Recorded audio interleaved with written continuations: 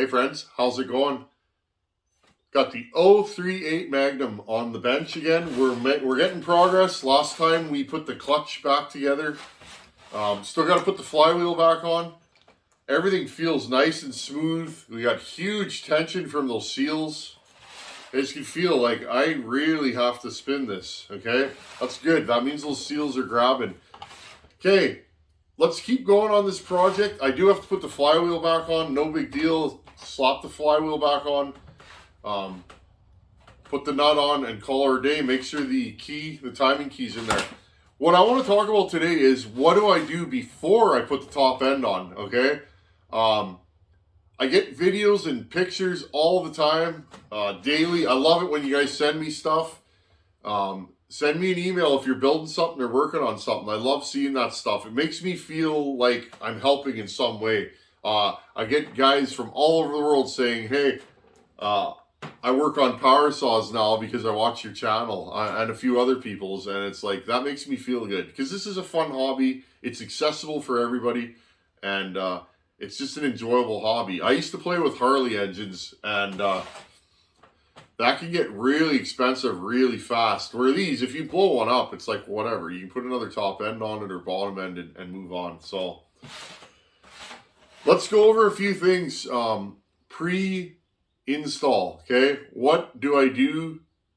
What do I prep on the cylinder? Why I chose the porting I did and the designs, and maybe let's talk about ways that you can port differently from how I did this one based on what you want, okay? Also, I want to talk about the piston, what I do to it before I install it in the saw, okay? I'm going to show you guys a few more of the little engine building tricks that I've picked up over the years. Other guys do it, some guys don't. Let's have a look at what I do to the parts before I install them. And if you don't do this, what could happen? And I'll show you a saw that I built on this channel probably a year and a half ago, and I'll show you what the piston looks like. Okay, friends, here's our 038. This is not the cylinder we're building this saw with. This is just a mock-up cylinder. I'll do that if I can, just because I like to keep my ported cylinders wrapped up in a bag. You know, after they're done, I'll wash them. That's part of the moves I use. Okay, let's pull this off. It's weird, eh? This cylinder has something in it. Okay, it's weird. It's leaving like black on the piston. So again, so here's the first thing, friends. I'm gonna wash this piston before I put it in the saw. I just gotta push the wrist pin out. This wrist pin is very snug. I don't mind that. Okay, very snug in the, look at that. Here, I'll show you guys again. Look at that. Like, it's snug. Okay? So, before you're putting your top end on, okay, you really want to look at all your parts. What do they look like? Do they fit together properly? And I know this sounds silly, but how tight is that wrist pin? Does it have any movement? Okay, this is why I tend to not use the really low end white box, you know, chainsaw parts, because you'll get pistons. You'll get pistons that don't fit in the bore properly. Okay, maybe the wrist pin. I've had pistons where the wrist pin's off center. I've had, which isn't a big deal, but if you're porting and if your piston goes in a little crooked, maybe you free port. Okay, so just have a look and make sure everything fits together nice. Okay.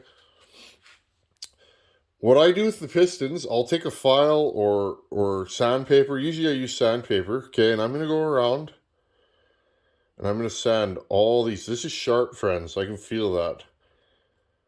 Not preferable on a saw, okay? Like, that's really sharp there. This part isn't bad, but still, I'm going to hit it.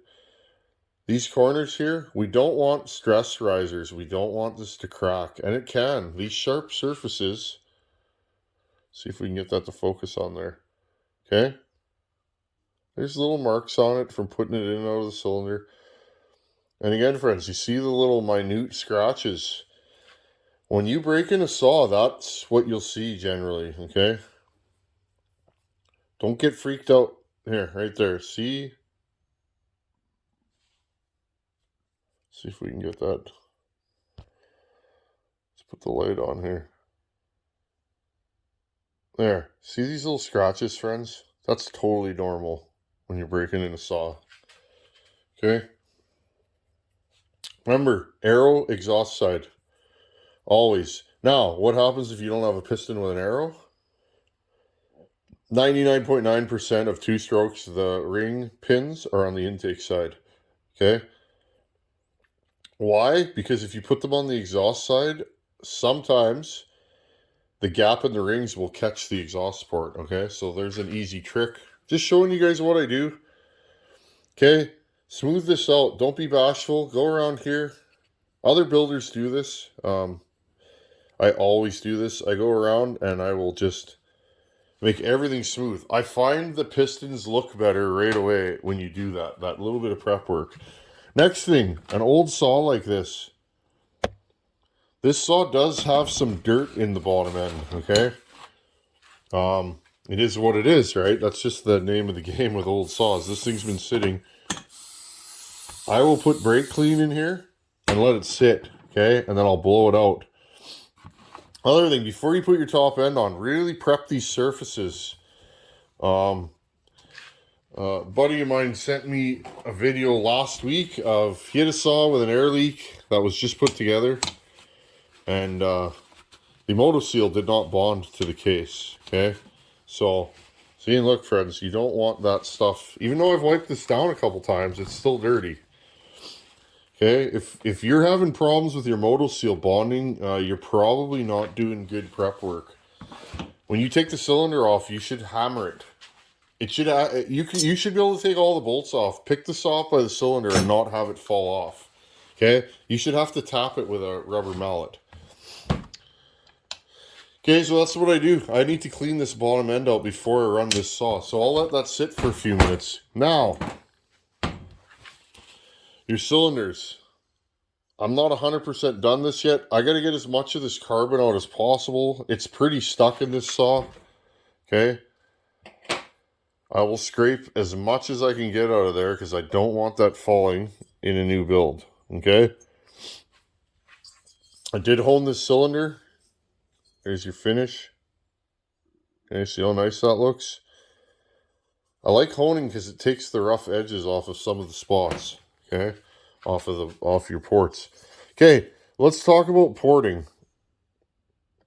I got a lot of questions. Why didn't you widen the intake? Well, honestly, friends, I like my intakes as small as possible. And again, porting conjecture or porting arguments, widen versus raise versus lower. Try it all, friends. Whatever works for you. I don't like my intake ports any bigger than they have to be for one reason.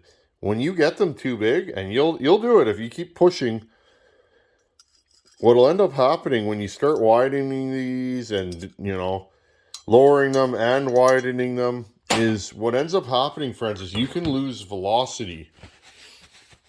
And the symptom of that will be a saw that's kind of lazy to rev, okay? You want a lot of vacuum on your intake port, in my experience. When you get an intake that's too big and too wide, you will actually, it's a detriment to the saw, okay? In my opinion, you want the saw to be snappy. Okay? I widen this just a smidge, but that's it, okay? All the work I did is on the bottom. You can't tell. It looks factory, right? But all the work I did is on the bottom. Exhaust port, same thing. I raised it. I did not widen it. Okay, there's the inside of the exhaust port. Okay, now the question is why, Tin Man? Why don't you widen ports? I see everybody else is widening ports, cutting squish bands, cutting cylinder bases. I do that kind of work, friends, but I don't always do that kind of work. Why? Well, this saw here is going to a firewood cutter. An average fella who might own two saws, and he's going to want this thing to last. Okay? if I start jacking up compression on this, oh, will it be stronger? Yeah, probably. Will it be easier to tune? No. Will it be easy to start in the winter? No. Will it last as long? No. Will it run hotter in the summer? Yes. And again, I've experimented with all this stuff, friends. High compression saws will run phenomenal, okay? If you port them right, if you get them moving air, don't have the exhaust roof super low, and jack the compression, you'll have a really, really warm saw.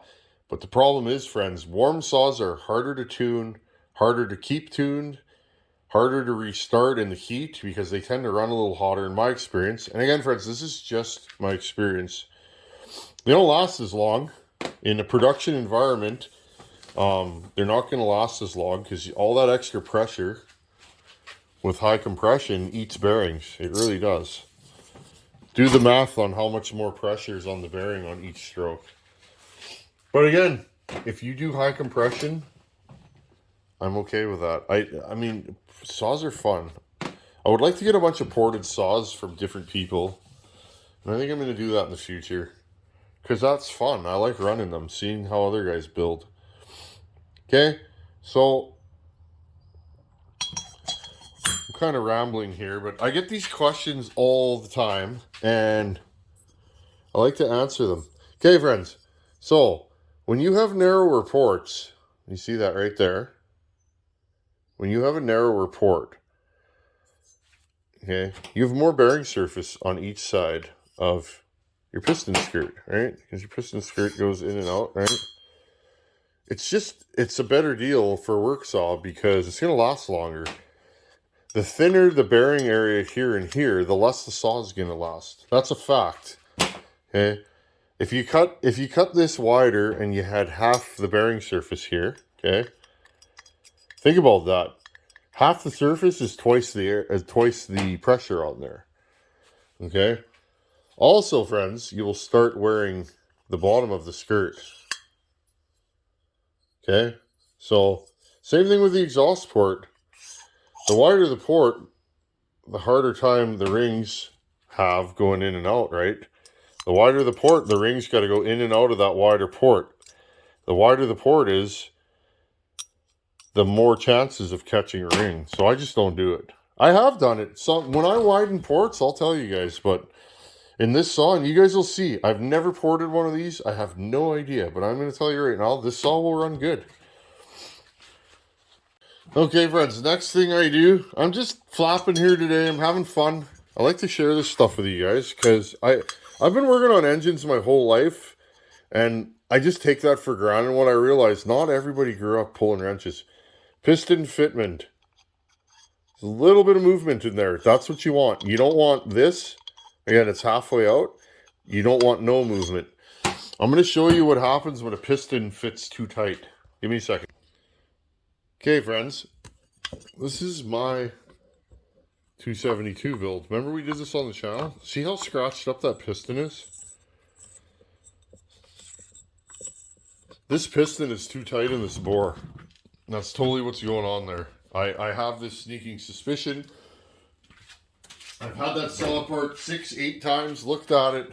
It always does that. So, I think the piston is a little too tight in the cylinder. That saw was strong, but it was never like crazy strong. So, again, okay, friends, and the last thing I do to my pistons and cylinders is I wash them in the sink. First couple times you do it, your wife will kind of look at you funny. But after a while, it's just like washing dishes, okay? I take these in the house and I scrub them until I can run. Here's my litmus test. Watch, okay? I take a clean piece of paper towel and I go like this, okay? And I rub in there. See how there's some dirt on the paper towel? It's not clean enough yet, okay? I just wipe it.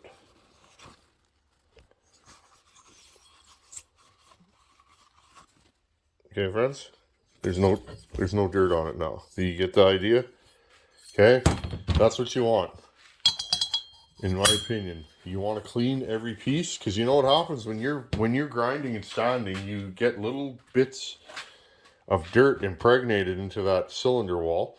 And when you go to fire the saw up, where does all that dirt go? Into the piston, and you rub your piston.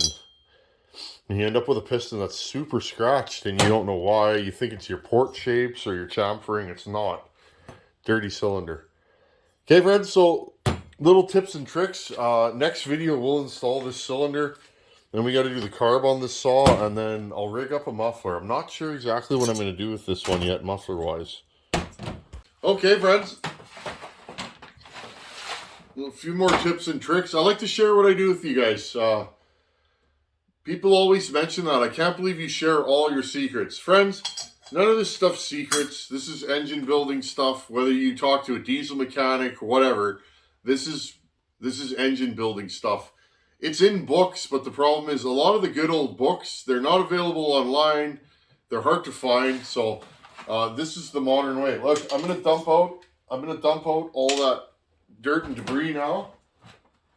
Okay. And this thing will be good to go. I'll stuff a rag in here so that when it's sitting, it's not going to get any more debris. I can't wait to run this. Friends, I've never ported one of these. I get asked that. That's another thing I get asked. How do you know how a saw is going to run? Well, friends, when you've ported a lot of saws, and I haven't ported a ton of saws, believe it or not, I've ported a lot of saws, you know, for the average guy, but the more saws I port, the more data I collect. The more data I collect, bore, stroke, compression, all that stuff, ignition timing, I can kind of plot how a saw is going to run and know what to do to it. It's an educated guess, and we'll see. Adam Winchittle got his 268. The 268, the only difference between that, it has a little bit shorter blowdown than this saw, I believe, and the exhaust roof is 1 degree lower, okay? This one's at 98. The 268 is at 99. Now that 268 has a 272 top end, and he's been running it and giving me feedback. Now Adam runs, he's a firewood cutter like myself in I believe he's in southern Minnesota, but it looks like here, you know, it's flat plains, farmland. So it's interesting to see the results. And he was mentioning he runs a brand new Stihl 462 stock, and it's not ported or anything. And he was saying that the 268 will run it down or outrun it, and I was actually surprised. And people say, why? Well, the 272, 268 is ported, yes, but if you look at the specs on those saws out of the box, there's like almost a 2 horsepower difference or a 2 horsepower difference. 2 horsepower is a lot of power to make up for, you know what I'm saying, in a chainsaw. I think those 272s were like 4 point something, 4.6, something like that. I could be wrong, friends. I don't think they were even close to 5 horsepower. And a new 462 is what? It's got to be close to 6 and a bit. So, I've never run a 462, but I found it interesting, and it's good to have feedback. And the best part is, friends, I didn't wring that 268's neck. I did nothing but good old-fashioned air movement work, transfers and intake. I widened the exhaust a little bit and polished it a little bit. That's it. I didn't raise it. So that goes to show you, if you make them flow air, they will run. And that saw ain't even fully broken in yet. You know, 10, 15 tanks down the road, it's going to be a different saw. It's always that way, friends. Remember that. When you build a saw, it's going to take a while for it to get to where it needs to be. Break-in for me, I idle them quite a bit at the beginning. I just find the pistons bed in a lot better. And I run them. I like to take them out to the bush and run them. If they give me no trouble idling, tuning, starting, then I'll take them home. I'll pop the muffler off. If everything looks good, I'll let it sit a day or two. I'll fire the saw back up. If it starts minty, hasn't drastically changed its tune, then it's good to go. That's break-in for a builder. But the thing is, friends, when that saw goes to its owner, I still want them to run it slightly rich for a bit because the saw's not fully broken in. So it'll be interesting to hear from Adam how that saw progresses. Whether this saw will run better, I think this saw is going to be a little snappier, a little bit higher exhaust roof. Intake timing is about the same, but I think I'm going to be able to make a little bit more power with this saw. And the main reason is, friends, is the combustion chamber in this is smaller, substantially smaller than the 272. It's going to make more compression. So more compression with a higher exhaust roof, you'll end up with a saw that has grunt and high speed, you hope. You don't want to push your exhaust roof heights because you'll be going, it'll be good, and then you'll lose all your pull, and then you'll have a saw that'll only cut small wood. If that's what you're building, that's okay, but I like to build them kind of all around. Like that home light I did for bucking. Zippy in small wood, but massive pull in large wood. And you guys will probably see a video. He was cutting a big maple with that saw. He sent me a little bit of footage, and I'm happy with that saw. I picked the right timing numbers and did the right moves to it. So anyhow, friends, tips and tricks from the Tin Man. Hope you guys learned something. And engine assembly, cleaner is better. The more clean, the better. So you want the saw as shiny as possible inside when you put it together. You'll have less problems, less chance of an air leak, and it'll break in better, and it will last longer. I guarantee it if the assembly process is cleaner. So anyhow, friends, thanks for watching. Take her easy. So happy to be back in the power saw shop. Later.